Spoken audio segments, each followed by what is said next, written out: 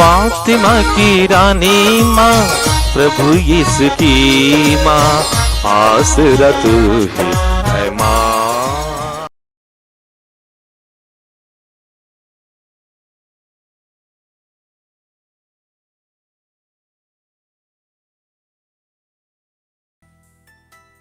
पहला पाठ नबी इसायास का ग्रंथ, अध्याय 35, पद संख्याएं 1 से 6 और 10। मरुस्थल और निर्जन प्रदेश आनंद मनाए, उजाड़ भूमि हर्षित होकर फले फूले। वह कुमुदनी की तरह खिल उठे, वह उल्लास और आनंद के गीत गाए। उससे लेबानोन का गौरव दिया गया है, कारमेल तथा शारोन की शोभा। लोग प्रभु की महिमा तथा हमारे ईश्वर के प्रताप के दर्शन करेंगे। थके मांदे हाथों को शक्ति दो, निर्बल पैरों को सुदृढ़ बना दो। घबराए हुए लोगों से कह दो, ढाढ़स रखो, डरो मत। देखो, तुम्हारा ईश्वर आ रहा है। वह बदला चुकाने आता है, वह प्रतिशोध करने आता है। वह स्वयं तुम्हें बचाने आ रहा है। तब अंधों की आंखें देखने और बहरों के कान सुनने लगेंगे। लंगड़ा हरिण की तरह छलांग भरेगा और गूंगे की जीभ आनंद का गीत गाएंगी, क्योंकि प्रभु द्वारा छुड़ाए हुए लोग लौटेंगे। वे गाते बजाते हुए सियोन लौटेंगे। वे चिरस्थायी सुख शांति लेकर आएंगे। वे आनंद और उल्लास के साथ लौटेंगे। दुख और विलाप का अंत हो जाएगा। प्रभु की वाणी। ईश्वर को धन्यवाद। भजन अनुवाक्य। हे प्रभु, आकर हमें बचाने की कृपा कर। हे प्रभु, आकर हमें बचाने की कृपा कर। प्रभु सदा ही सत्य प्रतिज्ञ है। वह पददलितों को न्याय दिलाता, भूखों को तृप्त करता और बंदियों को मुक्त कर देता है। अनुवाक्य। हे प्रभु, आकर हमें बचाने की कृपा कर। हे प्रभु, आकर हमें बचाने की कृपा कर। प्रभु अंधों की आँखों को अच्छा करता और झुके हुए को सीधा करता है। वह परदेशी की रक्षा करता और अनाथ तथा विधवा को संभालता है। अनुवाक्य। हे प्रभु, आकर हमें बचाने की कृपा कर। हे प्रभु, आकर हमें बचाने की कृपा कर। प्रभु धर्मियों को प्यार करता और विधर्मियों के मार्ग में बाधा डालता है। प्रभु सियोन का ईश्वर युगानुयुग राज्य करता रहेगा। अनुवाक्य। हे प्रभु, आकर हमें बचाने की कृपा कर। हे प्रभु, आकर हमें बचाने की कृपा कर। दूसरा पाठ संत याकूब का पत्र, अध्याय 5, पद संख्याएं 7 से 10 तक। भाइयों, प्रभु के आने तक धैर्य धरिए। किसान को देखिए, जो खेत की कीमती फसल की बाट जोतता है। उसे प्रथम और अंतिम वर्षा के आने तक धैर्य धरना पड़ता है। आप लोग भी धैर्य धरिए, हिम्मत न हारिए, क्योंकि प्रभु का आगमन निकट है। हे भाइयों, एक दूसरे की शिकायत नहीं कीजिए, जिससे आप पर दोष न लगाया जाए। देखिए, न्यायकर्ता द्वार पर खड़े हैं। भाइयों, जो नबी प्रभु के नाम पर बोले हैं, उन्हें सहिष्णुता तथा धैर्य का अपना आदर्श समझ लीजिए। प्रभु की वाणी। ईश्वर को धन्यवाद। जय घोष। आलेलुया, आलेलुया। प्रभु का आत्मा मुझ पर छाया रहता है। उसने मुझे दरिद्रों को सुसमाचार सुनाने भेजा है। आलेलुया। आगमन का तीसरा रविवार।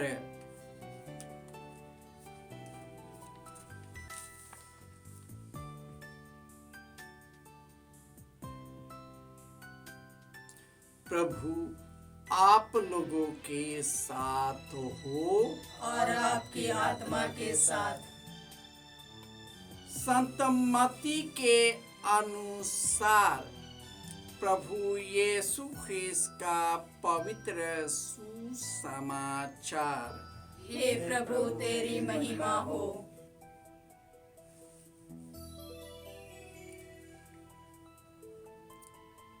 अध्याय 11 पद संख्याएं 2 से 12।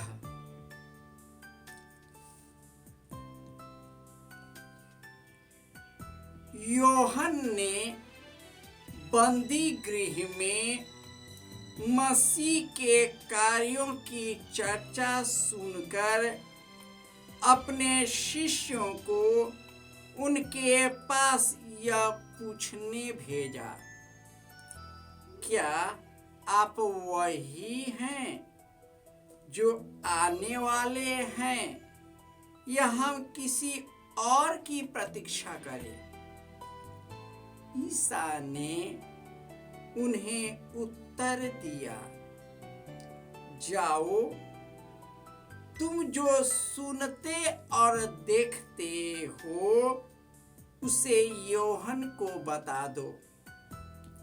अंधे देखते, लंगड़े चलते, कोढ़ी शुद्ध किए जाते हैं, बहरे सुनते हैं, मुर्दे जिलाए जाते हैं, दरिद्रों को सुसमाचार सुनाया जाता है और धन्य है वह जिसका विश्वास मुझ पर से नहीं उठता। वे विदा हो ही रहे थे कि ईसा जन समूह से योहन के विषय में कहने लगे, तुम लोग निर्जन प्रदेश में क्या देखने गए थे? हवा से हिलते हुए सरकंडे को? नहीं। तो तुम क्या देखने गए थे? बढ़िया कपड़े पहनने मनुष्य को? नहीं। बढ़िया कपड़ा पहनने वाले राजमहलों में रहते हैं। आखिर क्यों निकले थे? नबी को देखने के लिए। निश्चय ही मैं तुमसे कहता हूँ, नबी से भी महान व्यक्ति को। यह वही है जिसके विषय में लिखा है, देखो, मैं अपने दूत को तुम्हारे आगे भेजता हूँ, वह तुम्हारे आगे तुम्हारा मार्ग तैयार करेगा। मैं तुम लोगों से यह कहता हूँ, मनुष्यों में योहन बपतिस्ता से बड़ा कोई पैदा नहीं हुआ। फिर भी स्वर्ग राज्य में जो सबसे छोटा है वह योहन से बड़ा है। योहन बपतिस्ता के समय से आज तक लोग स्वर्ग राज्य के लिए बहुत प्रयत्न कर रहे हैं और जिनमें उत्साह है वे उस पर अधिकार प्राप्त करते हैं।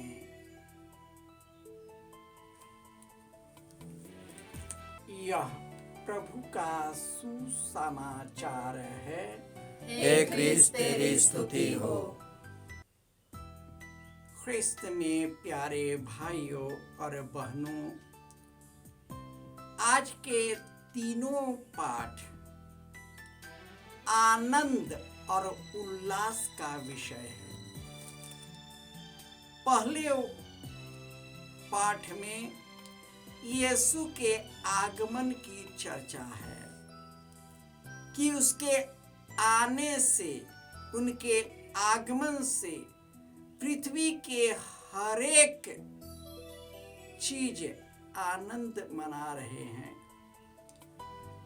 इसलिए थके मांदे को शक्ति प्रदान करो, निर्बल के पैरों को सुदृढ़ बनाओ, घबराए हुए लोगों को ढाढ़स बंधाओ, क्योंकि वह ईश्वर आ रहा है।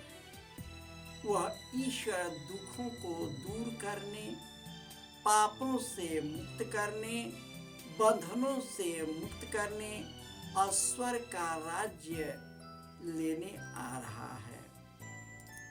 यही कारण है कि आज के सुसमाचार में यूहन्ना बपतिस्ता, जो अभी जेल में, बंदी गृह में डाल दिए गए हैं, और उनके शिष्य उनके पास गए और उसने यीशु के पास के बारे में बताने लगा।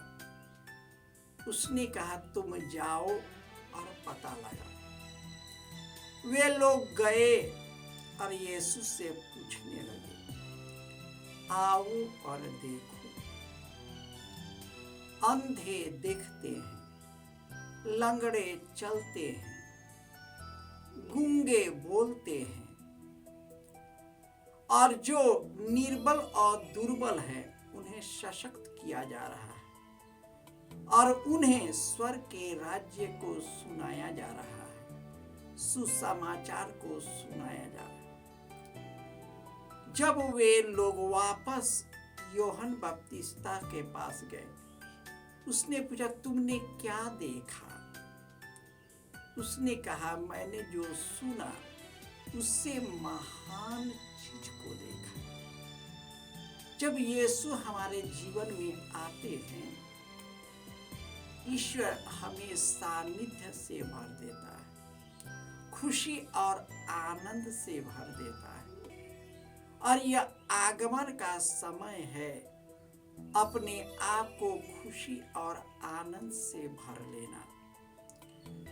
और इसके लिए सबसे उचित है कि हम एक दूसरे के साथ प्रेम भाव से रहें, एक दूसरे की मदद करें, लालच ईर्ष्या न करें, क्रोध और दुश्मनी न रखें, खून खराबा न करें, बदले की भावना न ले, एक दूसरे को गिराने की चेष्टा कर अपने आप को आगे करने की चेष्टा न करे।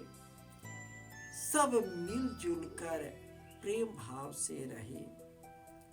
जब हम ऐसे करते हैं तभी हम यीशु के आनंद का अनुभव करेंगे। आइए हृदय से एक दूसरे से एक हो जाए, एक दूसरे के सुख दुख में सहभागी होकर यीशु के परम मित्र बने, यीशु के साथ एक हो जाए और अनंत जीवन प्राप्त करे। जय यीशु।